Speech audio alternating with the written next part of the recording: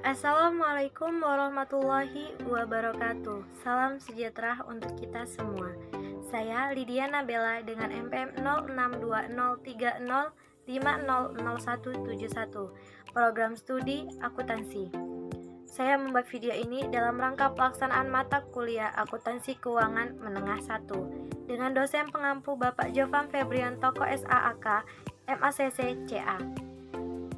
Politeknik Negeri Sriwijaya tahun ajaran 2020-2021. Di sini saya akan membahas mengenai kas dan piutang. Masuk ke materi yang pertama, yakni mengenai kas. Berbicara tentang kas tentu sudah tidak asing lagi bagi kita. Sejak kita duduk di bangku SMP dan SMA, kita sering mendengar kata kas. Apabila kita sudah mendengar kas, tentu yang ada di pikiran kita yaitu mengenai uang. Sebenarnya apa sih kas itu? Kas adalah aset keuangan yang digunakan dalam transaksi di suatu perusahaan. Kas memiliki 3 karakteristik. Yang pertama yaitu sebagai aset keuangan yang paling liquid. Maksudnya di sini, kas bisa dicairkan sewaktu-waktu pada saat perusahaan membutuhkannya. Yang kedua yaitu sebagai instrumen standar dalam kegiatan transaksi perusahaan. Maksudnya di sini yaitu kas sebagai standar penyetoran dan pembayaran dalam suatu kegiatan perusahaan. Yang ketiga yaitu sebagai aset lancar, karena kas ini dapat dihitung jumlahnya menggunakan satuan nilai nominal.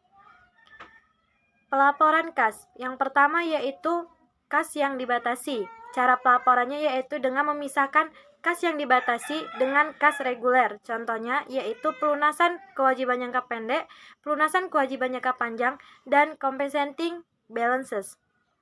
Yang kedua yaitu bank overdraft atau yang biasa kita kenal dengan cerukan, yakni posisi di mana saldo kas rekening kita tinggal 0 rupiah atau di bawahnya.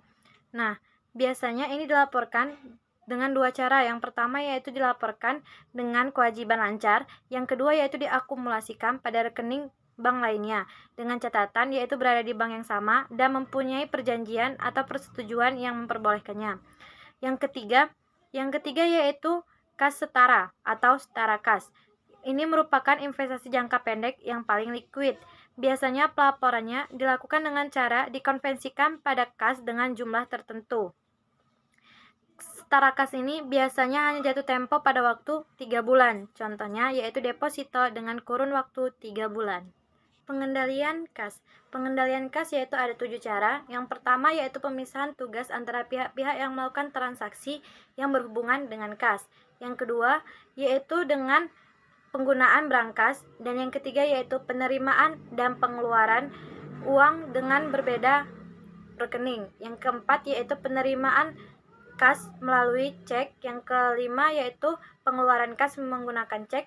Yang keenam yaitu penggunaan impress dana kecil. Yang ketujuh yaitu rekonsiliasi dalam pencatatan perusahaan dan rekening koran bank. Dana kas kecil. Dana kas kecil adalah suatu dana yang dikeluarkan dalam jumlah dana kas yang kecil sesuai dengan kebutuhan setiap entitasnya.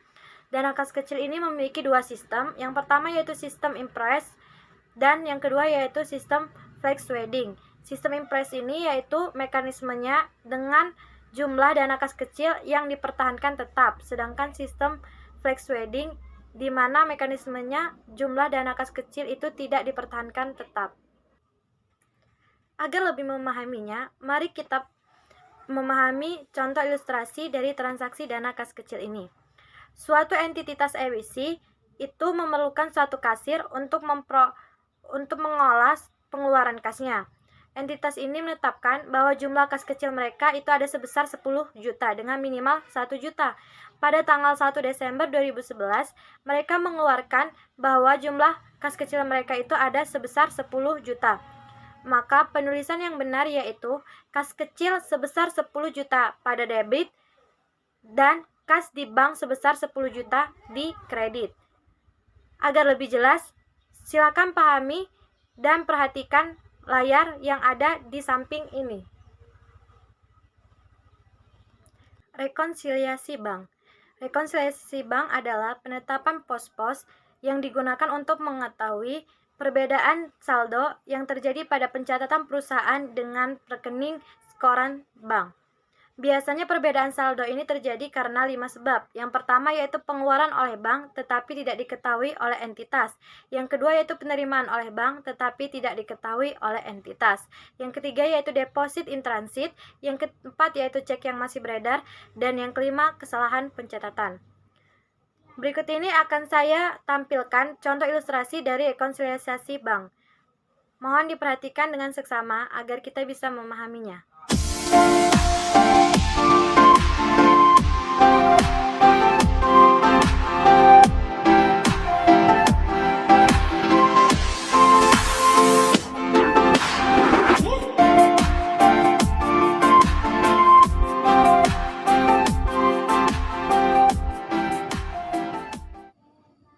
Nah, itulah tadi ilustrasi dari rekonsiliasi bank. Baiklah, selanjutnya kita masuk ke materi yang kedua, yaitu piutang. Piutang. Apa sih piutang itu? Nah, piutang adalah klaim uang, barang, dan jasa kepada pelanggan atau pihak-pihak lainnya. Piutang ini memiliki 3 jenis. Yang pertama yaitu piutang usaha, piutang wesel, dan piutang lain-lain. Pengakuan dan penilaian piutang. Piutang diakui sebesar nilai transaksi kredit yang telah disepakati antara penjual dan pembeli. Sedangkan penilaian piutang dinilai sebesar transaksi atau nominal yang diperkirakan dapat ditagih. Penilaian piutang menggunakan metode piutang tak tertagih itu ada 2, yaitu penghapusan langsung dan cadangan. Sekarang, mari kita pahami contoh ilustrasi dari penghapusan kasus berikut ini, agar kita bisa paham bagaimana sih cara piutang itu bisa dihapus. Baik, marilah kita pahami dengan seksama.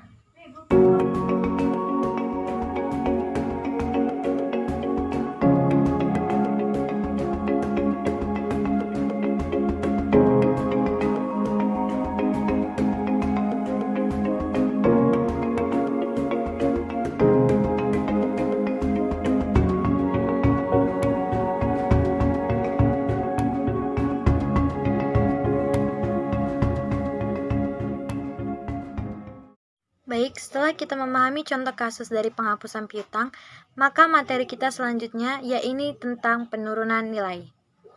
Suatu piutang dianggap mengalami penurunan nilai jika kejadian merugikan, menunjukkan dampak negatif arukan di masa depan yang akan diperoleh oleh pelanggan. Pengujian penurunan nilai ini dengan 3 cara. Yang pertama yaitu piutang yang secara signifikan harus dipertimbangkan secara terpisah. Yang kedua yaitu penilaian penurunan nilai yang dilakukan secara individual. Apabila setelah dipertimbangkan tidak terdapat penurunan nilai, maka harus dilaporkan ke dalam suatu kelompok aset. Dan yang ketiga yaitu pengujian nilai secara kolektif. Intinya, pada pengujian penurunan nilai ini yang pertama yaitu uji penurunan nilai yang dilakukan secara individual, yaitu untuk piutang yang di dalamnya terdapat indikator penurunan nilai. Sedangkan uji penurunan nilai secara kolektif yaitu untuk piutang yang di dalamnya tidak terdapat indikator penurunan nilai.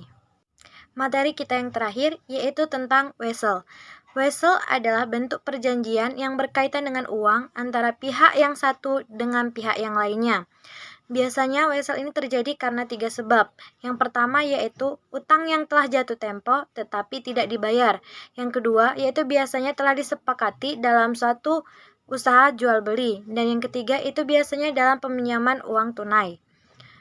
Sistem pembayaran wesel itu ada 2 cara. Yang pertama yaitu wesel berbunga dan yang kedua wesel tak berbunga. Maksud dari wesel berbunga yaitu pada saat kita membayar utang kita, yang kita bayar yaitu utang kita beserta bunga yang telah kita sepakati sebelumnya. Sedangkan wesel tak berbunga, di sini orang yang berkaitan itu tidak mengucapkan berapa bentuk tingkat bunga yang harus dibayar ke depannya.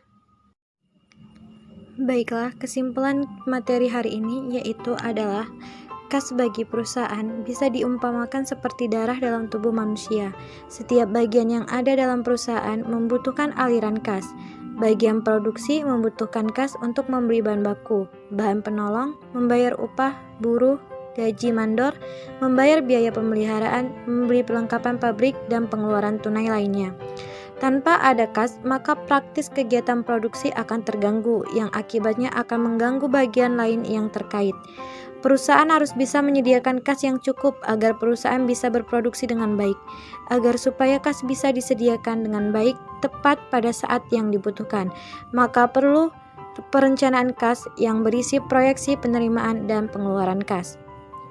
Piutang merupakan aktiva lancar yang diharapkan dapat dikonversikan menjadi kas dalam waktu 1 tahun atau dalam satu periode akuntansi. Piutang pada umumnya timbul dari hasil usaha pokok perusahaan. Namun selain itu, piutang dapat juga ditimbulkan dari adanya usaha dari luar kegiatan pokok perusahaan. Analisis piutang bertujuan untuk mengetahui efektivitas piutang efektif, artinya tepat dilihat dari penagihan maupun perputarannya. Hasil analisis ini akan bisa dijadikan salah satu dasar bagi pihak-pihak yang berkepentingan untuk mengambil beberapa keputusan sesuai kebutuhan masing-masing pihak tersebut. Itulah tadi kesimpulan materi hari ini. Mohon maaf atas segala kekurangannya. Tetap jaga kesehatan, tetap semangat, dan semoga kita bisa memahami materi akuntansi yang lainnya. Saya akhiri. Wassalamualaikum warahmatullahi wabarakatuh.